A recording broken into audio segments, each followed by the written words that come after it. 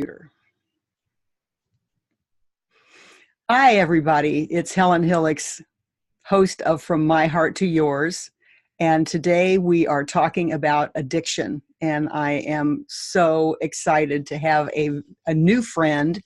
We just love each other instantly. And her name is Alexa Cook. And I'm going to tell you a little bit more about her in a moment. But I want to talk about why I'm doing this series about addiction. You know, and I don't mean just addiction to alcohol and drugs. I mean addiction to sex, to gambling, to our kids. You can be addicted to books. You can be addicted to gardening. You know, it's the whole way that we get sucked into doing things that we think are going to make us feel better. And actually, they end up making us feel just as bad as we did in the beginning, and even worse, because now we realize we haven't been doing what we need to be doing, or we have destroyed ourselves, or whatever the consequence of the addiction is. We are paying a heavy price for that desire to kill the pain. And that's what addiction is all about, is that we start out in pain and suffering, and we are desperate to find a way to manage that pain, that discomfort, that anxiety, that fear, whatever it is. We're desperate to find a way to manage that discomfort. And we think, wow, I'm going to be powerful if I can just get rid of this pain. And so we go and get drunk or high or have sex with somebody that we don't love or whatever it is. And it ends up, the first couple of times, it does feel powerful. It's like, wow, this really works. I feel good. I feel great. But pretty soon, it's not us who has the power. It's the addiction. And we are completely powerless. And our life is more fucked up than ever. Completely messed up now, because we have gone towards something that is really destroying us, and we can't stop. So I want to talk about it for lots of reasons. You know, I have a daughter who's a recovering heroin addict. I went to AA many years ago for being an alcoholic, and I went to Sex Addicts Anonymous years ago because I was addicted to romantic connections. You know, it wasn't even about the sex. It was that I wanted to be wanted. And so, you know, I have a lot of history of it personally, and I have a lot of history working with people with addictions also. I used to work in a treatment center also. And so I feel so passionately about it. And my daughter's only child, a son, died of heroin addiction 8 years ago. So it's, you know, it's been all over the place in my family, and I know it is in so many people's families. And our society still acts like there is a them and an us. Our society still treats addiction as if it is a separate category of people, separate from me. And my belief is that we are all addicted to something. People come home and watch TV for hours at night. Tell me that's not an addiction. You know, that is how they're managing their pain and stress. Don't talk to me. Just let me watch The Bachelor or whatever the hell show they want to watch, you know. And that is also an addiction. I can't tell you the number of people that come see me and say, my husband won't talk to me while his show is on. You know, that's an addiction. So there is no them and us. We live in a society that really encourages us all to be addicts. I swear to God, it encourages us to be addicts. If you don't like your nose, go get a nose job. You know, people get addicted to making themselves look a certain way, again, in order to handle their pain. The pain of the fear of rejection. You know, they get butt implants. I mean, again, that's a whole addictive society that we live in. If you have a headache, you know, take a pill. So we are all conditioned to escape from pain. And we are not taught how to go toward pain and say, wow, I don't feel right today. I wonder what I need to do about that. You know, let me meditate and do my mindfulness practice. We're not taught that. So I'm doing this series about addiction because I want to get different people's ideas about it, experiences about it. And, I want to bring some humor into it. I am doing an interview with my sister who's, as I said, whose son died of heroin addiction. I have another interview with my daughter who is a recovering heroin addict. And I have another interview with a person who has a really incredibly unique perspective about addiction. So I want to get all different kinds of angles about it to just get us thinking in our society, get us thinking about what in the hell we are doing with addiction. And we don't know. The treatment centers that are there are pitifully funded and pitifully ineffective. That's the sad truth. I'm grateful for them because my daughter got sober in one of them. But in a general way, the statistics are horrible. And I don't know the answer. I don't know the answer as to whether, I do believe that that it's a disease, that there is a neurological, physical difference in people who get addicted to substances. I don't think there's any doubt about that. But what's the answer? What is the right treatment? I don't know. I know that, 28-day spin dries, as we used to call them in the business, they're called spin dries because you get you dry, but they're not long enough to help you establish a really different way of life.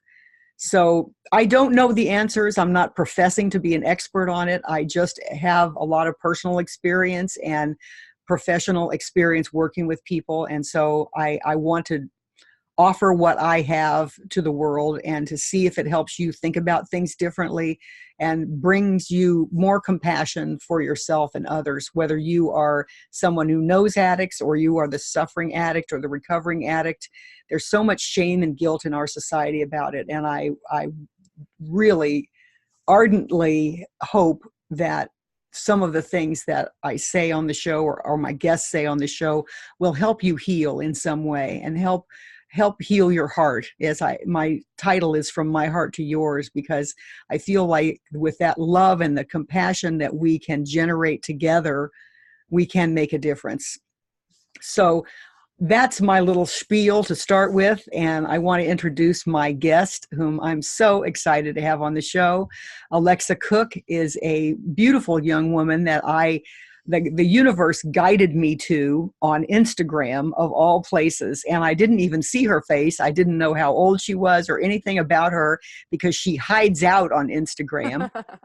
She doesn't show herself, but she is a 2+ years sober person in AA. And I just found out 5 minutes ago that she's also in SLAA, Sex and Love Addicts Anonymous, for 4 months.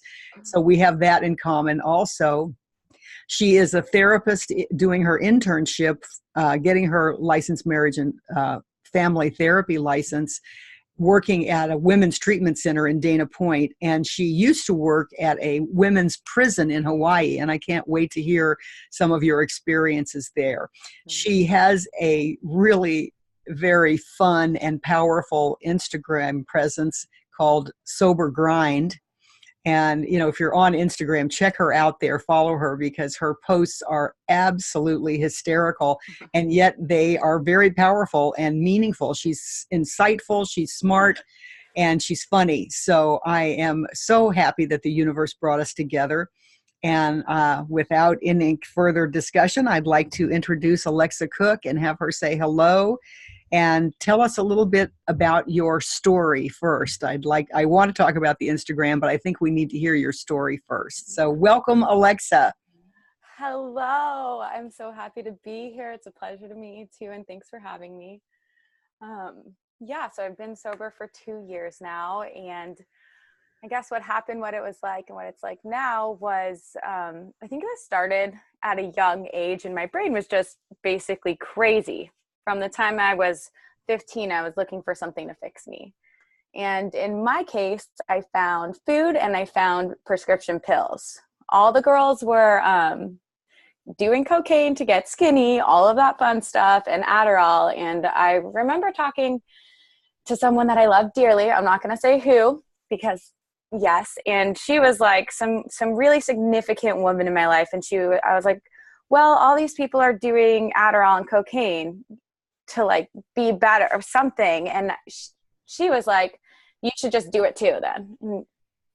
And so I did. And then and then for the next 4.5 years, from 19 to 23, there was no day without drinking or prescription pills or cocaine. And I figured out, I read a book, actually, a spiritual book that completely changed my life. And that something in me was like, you got to get sober or else you're going to die. So I actually did it on my own for the first year. I didn't know AA was a thing. So if you're listening and you need that help, AA is amazing. I wouldn't suggest trying it on your own. So tried it on my own, went batshit crazy. And finally, I started studying therapy. And through therapy, I found AA. I relapsed and then I walked into AA. And from that point on, I was still batshit crazy, just a little less crazy with the help of a sponsor and with meetings. And each day it's a little better. It's kind of what it was like. You know, I want to hear more about what it was like, because I think you're just scratching the surface. I am. I want to hear more deep stuff. What do you mean by that shit crazy? But I want to make a couple of comments first. You know, one is when you said it started really young. I think people need to realize that and I know it started way before you were 19. You know, it started before you were 15. You know, that feeling that something is different about me. I don't belong. I don't fit in. I don't feel happy. You know, that, and it's not just, again, it's not just alcoholics and addicts. We all have these insights into something isn't quite right. And we don't know what to do about it. So I'm glad that you brought that up, though, because I think a lot of times parents and friends look and say, you know, I had no idea anything was going on. Yeah. You know, you seemed so happy. You get good grades, you know, blah, blah, blah. And that's not always the case, but sometimes that is the case where people say, I just had no idea. And part of that is we're just not paying attention. But part of it is we don't feel welcome to talk about our pain in our society. Nobody wants to hear it. I can absolutely agree with that. I remember being 15 and I was crying to my mom saying, I really need help. I really need help. And she was like, we lived in like a perfect world, like a little bit like it was fake. It was crazy. It was society's world. And we didn't talk about our problems, you know, and therapy was for fucking freaks, you know, for the fucking psychotic, the freaks. And we don't do that because we're normal. And I just remember hearing that and I was so lost. I used anything to get better, you know, because I was like, well, I didn't even know if I was a freak or not. All I knew is like I needed help and I wanted to die at 15. And my answer was, you're a freak or not a freak, but I just couldn't. I didn't know. No one gave me the rule book on life. If somebody fucking gave me the rule book, I would have been able to handle it, you know? but I didn't get that. Yeah, and where do you think that exists? Where is that book? I don't know. Should we write one? Just kidding. I think I've got a rule book now through program and through therapy and through being with others. I think I've got a good idea of like, hey, what creates happiness for Alexa? How do I deal with these emotions? What is going on in my head? You know? Yeah, I like that. So I just wanted to underscore that it starts a long, long time before we start using, and we have an awareness that something is wrong inside us. And so if I want to say that to any of the listeners or any of the parents or friends, you know, if you notice the person seems down and confused and whatever, you know, try to get them some help. Yeah. So keep going with your story. And, you know, what can you share about those years from 19 to 23, besides that you used cocaine and Adderall and drank a lot? I assume you were sexually acting out. I mean, yeah, it was pretty much a hot mess. I've actually kind of blacked a lot of it out because I don't, my brain just blacks it out. It was so painful. I was so alone. I was in college. There were sorority girls everywhere. I didn't get into a sorority at all. Nobody liked me. I felt like I wasn't good enough. I wasn't good enough for like my whole school. You know, I wasn't good enough for my whole high school. I had to switch high schools. I just couldn't, I don't know. I wasn't getting it. I wasn't understanding. And so I just used cocaine and men and sex and love and looks and all of that to like I was a blank slate, to black me out. It was like I was a person, but I wasn't there.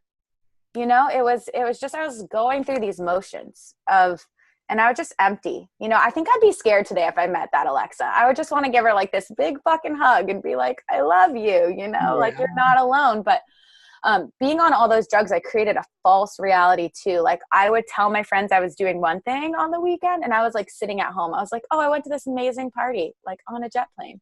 And no, I didn't. Like I was sitting at home in a dark room, like so alone on so many drugs. And I just needed that prescription and all of that to feel better.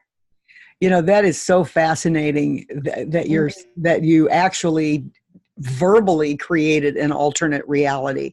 Completely. Yeah, that is so much what we're looking for, isn't it? Yeah. Yeah. Again, whether it's, I would go to a bar and drink and go home with some random guy, Yep. We were completely blotto and wake up in the morning and think, who the fuck is he? And what am I doing? And, where am I? Exactly. And I have a boyfriend. Yeah. Or husband. Or husband. The case may be. The thing, I never blacked out. I never drank. I never blacked out.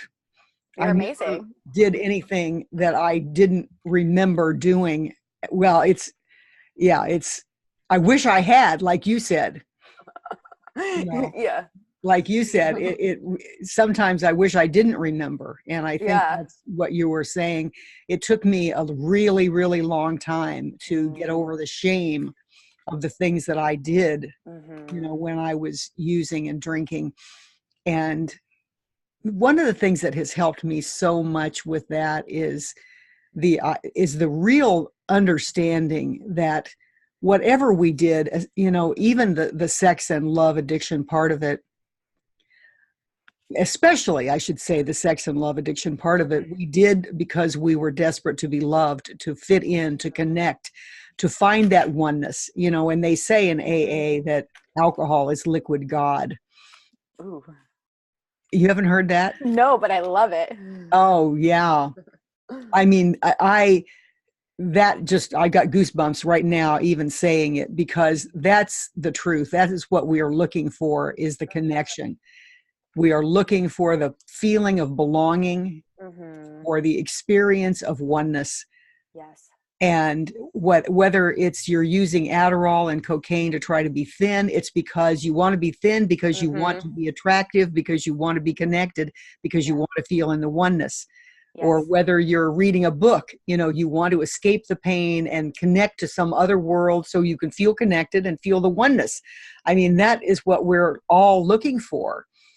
So it's so interesting to me to hear all these different stories of people and what they did and how they did it, and your alternate reality. I was on a fabulous party on a jet plane. I mean, it's like, again, trying to create that oneness, trying to make yourself out to be a person who was likable and connected to others.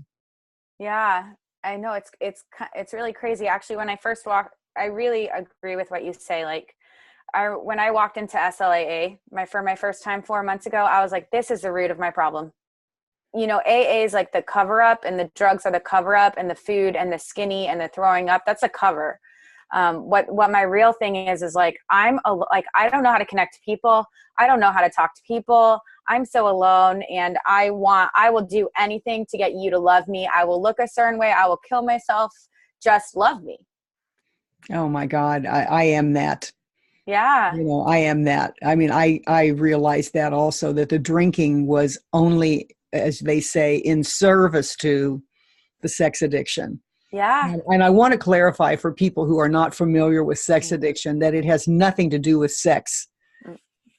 I mean, people do engage in sex as an addictive behavior, but it's nothing like, oh my God, I've got to, somebody asked me one time, I was talking to them at an AA meeting. This was like back in 1987 when nobody knew about sex addiction. And I was talking to someone at an AA meeting and they said, what are you, a nymphomaniac? I mean, it was like, I thought, where have I landed, Mm-hmm. in the depths of cowboy country or something, because people just didn't know about it. But it isn't at all that way. It's not that you're a nymphomaniac. It has to do with the need for love and the desire to find that love. Now, for some people, they become addicted to masturbating, to pornography or whatever, and they are actually addicted to the orgasm. But when I was doing this, I never even had an orgasm. I wasn't even enjoying the sex. It had nothing to do with the sex. It was about the desire for a connection. For me, the desire to, the desperation to be wanted. Yeah. That was my angle into the desire for oneness.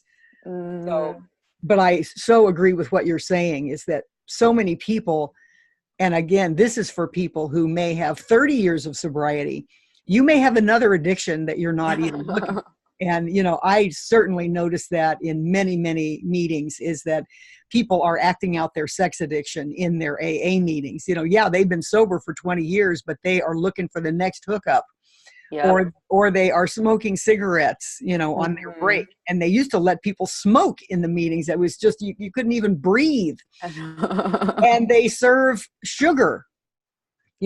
They celebrate everything with cakes, and people bring, sugar every time, so there's a lot of unconsciousness that happens even after people get sober. And, that's okay. I'm not criticizing that. I'm just acknowledging that that's a reality. And, let's not be hypocritical and pretend to be perfect once we get sober. No. And like you, there are so many layers to it. Getting sober from drugs and alcohol, it's like just the beginning. Just the beginning. Just the beginning. So talk about that a little bit, how it was just the beginning for you. Yeah, I mean, I honestly didn't know what I was in for when I was getting sober. I was just like, people just like brought me in and I was like, okay, I'm doing this. And I think just with time, as we get better, I want to progress with my life. I want to keep learning. I want to keep growing. And that just comes with peeling the layer. I mean, we live in, like you said, from the beginning, we live in addictive society. We want something to fix us, whether it's TV, whether it's food, whether it's a person. I think it's what we're kind of trained to do. We have all these blessings around us. We're such like a wealthy society with so many problems. And I think when the alcohol and drugs and food are a top layer, and everything else is within us. And it's how do I go into myself and learn to like and love myself? And how can I walk through this life without hair extensions? How can I walk through this life without a face of makeup? How do I feel okay about myself? And I think when I quit drinking, when we quit drinking, when we try and set down the cigarettes, when we just try, it's the first step to really just going in and finding that, who am I? What do I even like? And it's cool. It's like, it's really awesome. If you're getting sober, if you've been sober, if you keep on learning, there's nothing like it. I think that's what I really want to get addicted to. I think that's what I'm addicted to now, is learning about myself. How can I help people more? How can I expand? Like, how do I help people get out of their pain? That's a new addiction, Well, it's so interesting because people complain sometimes, oh, you're addicted to going to AA meetings. It's just a different addiction. And I just say, that is so fucking stupid. Yeah. But I do understand why they're saying that, because the person does then, if they're successful in the program, they do become obsessed with growth. Yeah. The difference is that an addiction costs you something in the end. It has a price to pay, and usually the price is that it ruins your life. An obsession, or if you want to call it an addiction to growth, to self-awareness, to higher consciousness, the only side, whatever the collateral, consequence of that is a happy life. Mm-hmm. So, I don't give a shit. You can call it addiction if you want to. I mean, call it a fucking addiction. Go ahead. I'm happy. I am addicted to higher consciousness and to growth. Yeah. And because to me, it is the only thing that makes me feel good about living. Yeah, I actually think growth and feeling significance and contributions they're human needs. I think we need those things in life. I agree. I think it's a basic human need that we are not taught. Yeah. It's as basic as food and air and being held, Yeah. is the desire to grow and the support to get there. I've heard a couple of sayings over the years, which I love. One of them is the only evidence of life is growth. I And agree. I love that. I Yeah. think I'm looking out my window right now at the avocado orchards and the grass, and it's so green here in Southern California, which is such an incredibly rare and blessed event itself. But it's true. If you think about it, the only evidence of life is growth. Mm-hmm. And, if you don't see something growing, you don't know if it's alive. Mm-hmm. And it isn't alive if it isn't growing. So I just feel like that's a powerful, very simple thing that we can take on is, the only evidence of life is growth. Right. And if we're not growing, I feel like we're either growing or we're dying. I love that too. It's so funny. That's the other saying that I heard recently is you're either green and growing or ripe and rotting. Yep. Oh, yes. Yeah. So anyway, I'm on the ripe and rotting end, but I'm still green and growing. I'm still green and growing on the inside, even though there may be evidence to the contrary. I am going to be green and growing till you burn me up in the crematorium. Love it. That's my commitment. I'm 69 and I feel like I'm just starting. That is goals. I always feel that way, though. I always feel that way, like I'm just starting something new. And partly because I am. Yeah. So many people my age are retired and, gardening. And it's just like, no way. No fucking way. That is not for me. Anyway. I love you. I love you. I want to hear about your stint in the Hawaiian women's prison and some of the stories that relate to addiction and, just interactions that you had, people that impressed you. Yeah. So the prison that I was working at, we had a substance abuse facility. So the women in the prison, if they, met the DSM-5 criteria, they would be able to come up, and our program was for a whole year. And holy cow, holy shit, that place was batshit crazy, but super amazing. Everything you think about women in a prison is absolutely probably not what it is. It's a complete stereotype. The women that I got to work with are some of the best women I've met ever. And I have a bunch of stories. I wouldn't say all of them are funny per se, but no, I'm not. Yeah. Oh yeah. You don't have to be funny. Yeah. One of my favorite ones, the one that kind of sticks with me is I had a client and she told me when she first came in, I just, when you see a person and there's hope, like you could just feel it coming from them. She told me she would wake up with 2 split personalities. She didn't know who she was in the morning. She would either be this one person or this other person. And I was like, you're my I love you. Because I felt like that too. I felt like I had 2 people living in my head. I was living in that alternate reality. And fast forward 9 months, there was, and she told me that she never had split personalities in her head. She was just missing the connection between her head and her heart. So it was never 2 people. It was just she finally could line up her heart and her head. And just based on her story, there's been a lot of, in prisons, you'd be surprised, there's a lot of rape, incest, abuse, domestic violence, just everything that you can think of that can go wrong in these people's lives goes wrong. Friends killing themselves, all of it. with real people in real time. And it gave me so much hope to watch these women like start where they're at and create this huge life and become contributing members of society.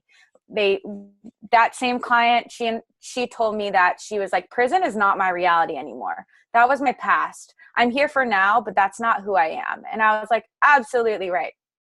Absolutely right. And I get to take that with me too. My past isn't who I am. I can recreate that and decide my own future. I love that. And, I'm so impressed. I've got goosebumps hearing about the Hawaiian prison system. Yeah. That is a dream. From my perspective, that is a dream system where they have a year of sobriety and a year of addiction treatment and trauma. It sounds like it was a trauma-informed program where they really helped them heal and talk about the traumas. And I'm so glad you mentioned all of that, because I think we have such a mistaken perception about people who are in prison and about the reality. Again, we have such a tendency in our society to separate between us and them. It's yes. like, I would never end up in prison, blah, blah, blah. Well, that, you don't know. If you had suffered the same traumas as that person suffered, you don't know what you might be doing. So, and I know that some people are able to pull themselves up by their bootstraps and all that bullshit that we hear all the time. But I love your story, because it shows that with love and compassion and consciousness and, again, connection and education, that people can recover from those painful traumas that often lead to addiction. And I'm glad you made that connection, because that's something we hadn't talked about before is, it's not always just feeling like an outsider. Sometimes we turn to addictions because we've had horrible traumas in our life and we don't know what to do with the ugly memories and pain in our head. When you said us and them, one more story about the prison, that reminded me, which is so beautiful. There was a woman, two women in our center. One of them was a pimp, so she'd pimp out other women and sell all these drugs and like come home with like grocery bags of money. And then the other one was a woman that she pimped out. So they came together and they were able to we do role plays there. They were able to make this human connection of forgiveness and love. The woman that was a pimp, they both have incredibly abusive, neglectful stories and, two different ways of trying to control the pain. And it was just so beautiful to see them come together and hug it out. They were, I call it ugly crying. They were so ugly crying. They were just ugly crying. They were just, I guess my point is they were able to come together and help each other heal in ways that I don't get to do, because that's not my story. So I just really, one, everybody has a unique story. No matter what you've been through, you can help someone. And two, it isn't us and them. They're not the bad people. We're not the bad. It's together. We get better. And I remember sitting there and watching it and being like, holy shit. Like, wow. That's awesome. That is so awesome. Yeah. I'm just the experience of helping other people heal. And this was after or before you got sober? I'm assuming it was, oh wow. I worked there for about a year and a half. I was definitely sober then. My brain has bad time. Yeah. Or it was in the beginning, the very, very beginning of me getting sober. I remember like being there with them being like, we're doing this together, guys. I have no clue what I'm doing either, So I'd run groups being like, teach me, please. Like, let's go. Love that. I love that. And you know what that says to me is, I don't care if you've got 1 minute sober. Sometimes you have so much to offer the world. You just have to dive in. Yeah. And, don't think you have to be or get to be perfect in order to help others. It is so not true. One of the things I truly admire about the 12-step programs is that, that 12th step of, helping other people. and being of service is the foundation of your sobriety. And I feel like being of service is the foundation of happiness in the world, period. Absolutely. Our world is so self-centered and self-indulgent. And if people would just focus on being of service instead, they would find that, again, they'd find that contentment that they're seeking by getting bigger boobs. Anyway, I don't want to get off onto that either, but so I know now that you're working at a treatment center in Dana Point, but I want to skip over to having you talk about what motivated you to start the Instagram presence and how you came to that personality that you show on Instagram. And I want you to get honest about why you're hiding your pretty face. I don't care if it was an ugly face, why you're hiding it on Instagram. So spill the beans, baby. Okay. How the sober grind got started was I was on vacation in Thailand with my mom, and it's supposed to be like this great thing, and I was just batshit crazy. I was just, moms are great, but not for more than 3 days or on the phone. But like 2.5 weeks, I was like fucking shaking. Like, how do I wake up today and do my life? So I would distract myself by going on Instagram. And my friends and I have been sending each other like funny memes. I love laughter. I live on I call it a perma pink cloud. Like I've paid my pain forward. I get to laugh forever, and I just love laughing. And I was scrolling and I was following sober me like in accounts, and nobody had funny. They all post this like fucking inspirational bullshit. Like, shit, I don't want to see. I don't want your fucking inspiration. Like, that drives me that's crazy. Too fucking bad. So I was like, there's nothing funny about this. Like, I would see like funny memes here and there. And then I was like, I gotta start this shit. One, because I'm going crazy, I'm gonna relapse, and two, I wasn't gonna relapse, but you know what I mean. Like being around my mom drinks so much. She's like, you want to drink? I'm like, Mom, I'm 18 months sober. She was like, you want to drink? I'm like, no, what the fuck don't you understand? So I was just like so angry that I was like doing this. And yeah, I just started posting them, and people love it. I wasn't looking for people to love it, and they do. I keep getting all these followers. So I guess it's working. I guess whatever that was. Well, you filled a need. You filled a void. Yeah. Yeah. Yeah, I love it. I also follow a guy named Zach Mortimer. Do you know him? No. On Instagram? You need to look him up. He's kind of the spiritual, inspirational person who does those funny memes also with the pictures of. It's just, he's also hysterical, and I just love that way of handling our pain. So give us an example of something that how do you think of these things, and then what do? You find a picture and... Okay, so a lot of them are not actually me. They're just things that I find, and I just repost them. Some of them sometimes I'll find a meme that I like, and I'll cross it off, and I'll see it like, how does this apply to drinking? So it's kind of a combination of a little it's a combination of the world, and then me applying it to, a lot of it has to do with SLA stuff, a lot of it has to do with everything. Say that last part again. A lot of it has to do with what? The SLAA stuff. Oh. About how men make us crazy, and how that applies to men, like how drinking makes me do that. So was it your post where you're bending down? It's not you, but a picture of a woman bending down in the water with all these sand sharks. Yes. And there's the woman, it says me above the woman, and then it says men who need therapy. It was like a therapist, and it's all those men coming for you. I mean, that was one of my favorite ones. Yeah. That was so good.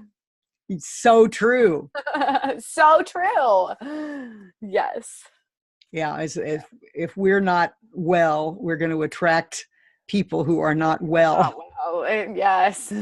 But let's be real too, no matter how well we get. I mean, I consider myself to be a fairly well person after, Mm-hmm. 35 years of sobriety and, 35 years of deep commitment to counseling and, doing my own personal work. And I always joke about it that when I met my husband, which was 12 years ago on Valentine's Day, we met. Aww. And, I was 57 and he was 60 when we met. And I thought I was so well emotionally, and I always joke about it. I thought I was so much more well than I am when I started living with him and seeing what the fuck. I know. Person. I'm judgmental. I'm critical. I'm withdraw. I mean, it's like I can't stop my mouth from saying mean things.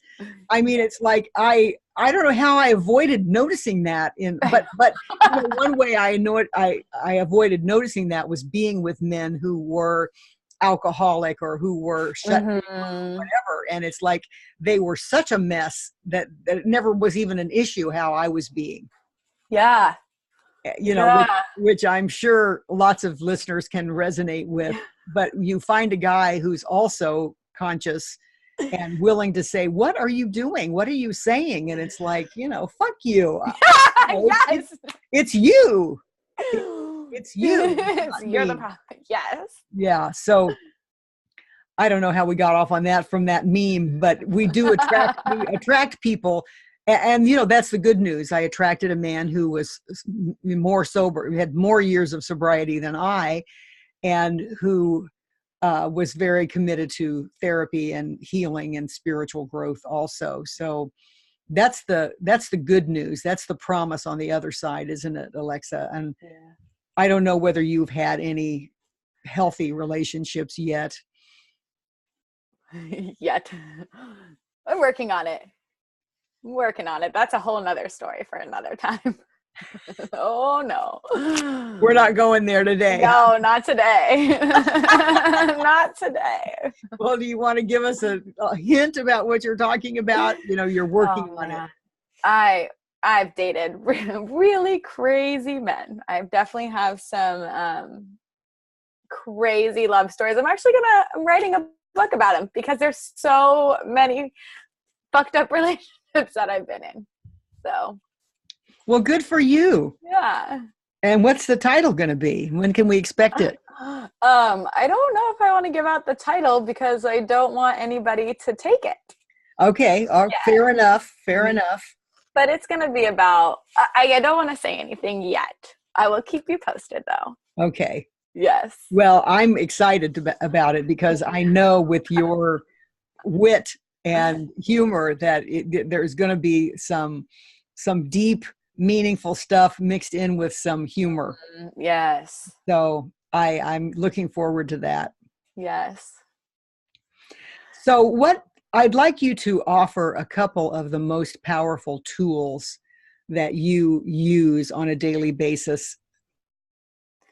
They're going to sound so simple, but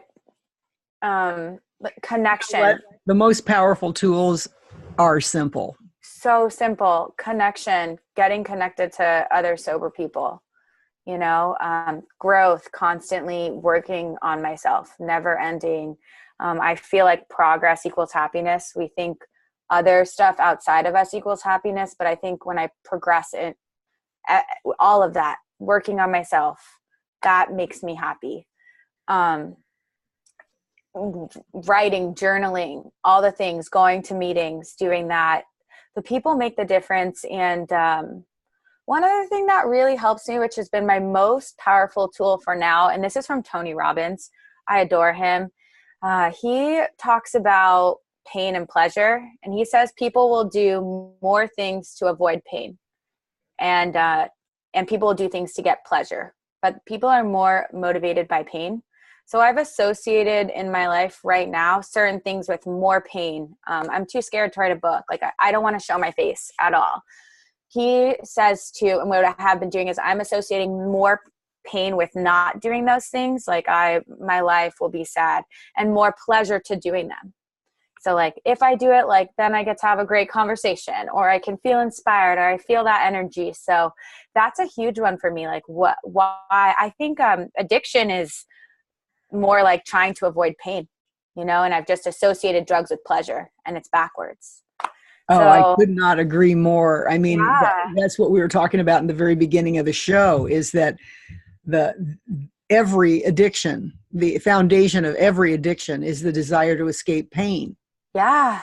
And, we think it's going to bring us pleasure, but it doesn't do anything but bring us more pain. So I love that association, and that, it's,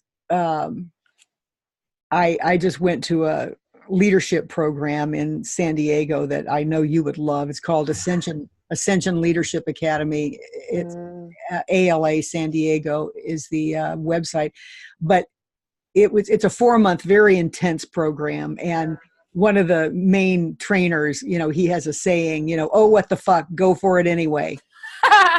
Yes. And about whatever it is, you don't want to call your father and make amends. Oh, what the fuck, go for it anyway, whatever it is. And I just feel like that's exactly what you're saying, is realize the pain that comes from not going for it.